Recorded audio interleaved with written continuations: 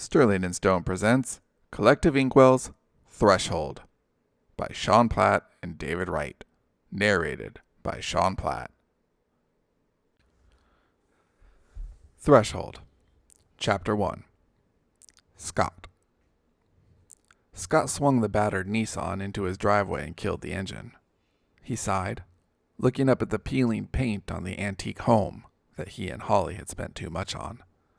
Faith, dollars, years. 2 stories were capped by a low-pitched roof, with broad eaves and a drooping face that looked sad despite the bright yellow paint. Just like inside, where the living room looked hollow, despite stuffed shelves and mountains of life. The backyard had verandas, wide porches, and a nice patio, but even in shape they were broken, with scattered stacks of boxes, refugees from inside with little hope of ever returning. It was a crappy home, but it was their home, until the bank came and took it anyway. Scott looked at Hudson and Hazel in the rear view. On the outside, they looked like your average 15-year-old boy and 11-year-old girl. But in their eyes, you could see how much they'd aged in the 6 months since their mother vanished without a trace. It's okay. I miss Holly too. Of course, Scott didn't say that. Bringing her up was getting harder to do. He smiled, burying his growing anxiety as they reached for the door handles. He looked past them, out the car windows, looking to make sure that no one was coming. No men with certified letters, or police telling them to get out. At least not yet. Scott yanked his keys from the ignition, hit the button to open the trunk, and stepped out into the late summer sun. He went to the trunk. Hazel was already leaning inside and grabbing 2 plastic bags while Hudson made a beeline to the front door, without offering to help. Sighing, Scott slipped his finger through the straps of 6 plastic bags, 3 per hand. Hazel nodded toward the house. Want me to get him? No, probably not a good idea. The idea, in fact, was awful.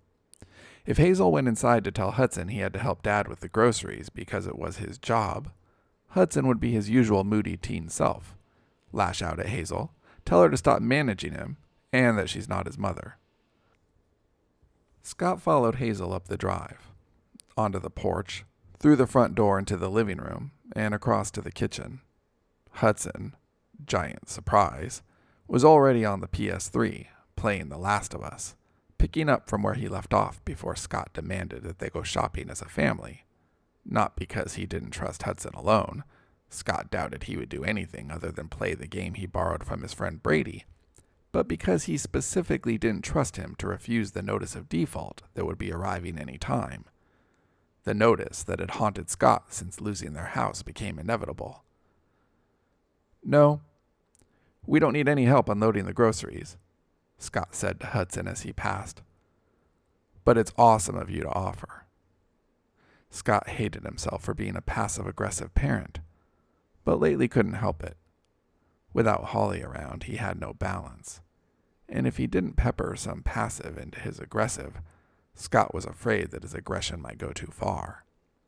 He wondered if his children knew how close to the edge he felt, how close he was to exploding.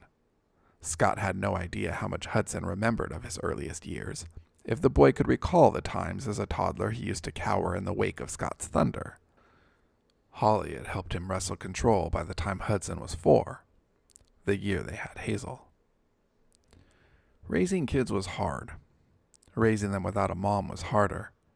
Raising them without a mom because she vanished without a trace?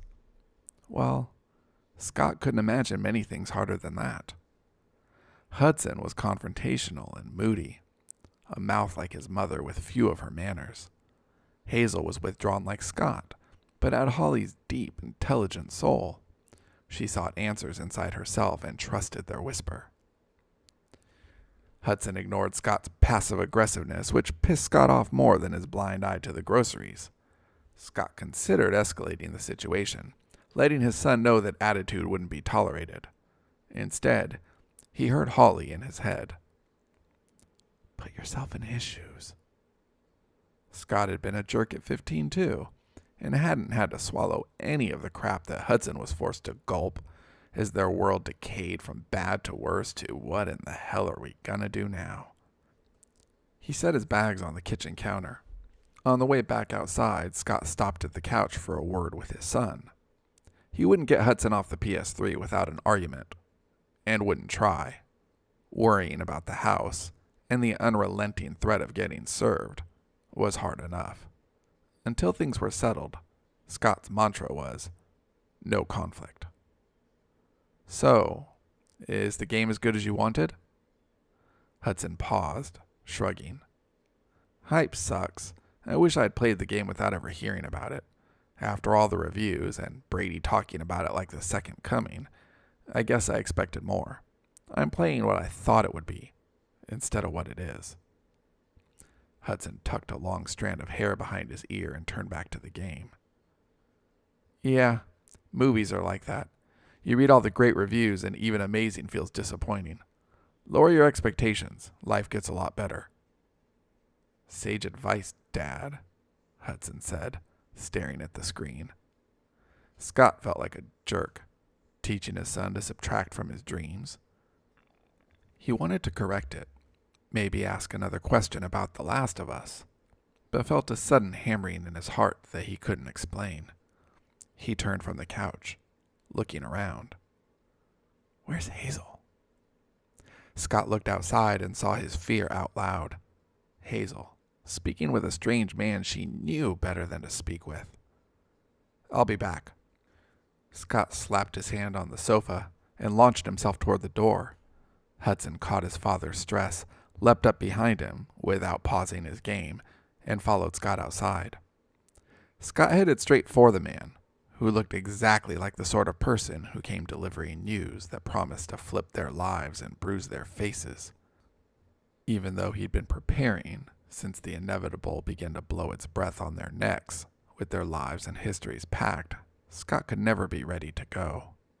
For one, he had no money, no job, no credit, and no prospects to send them anywhere but wayward.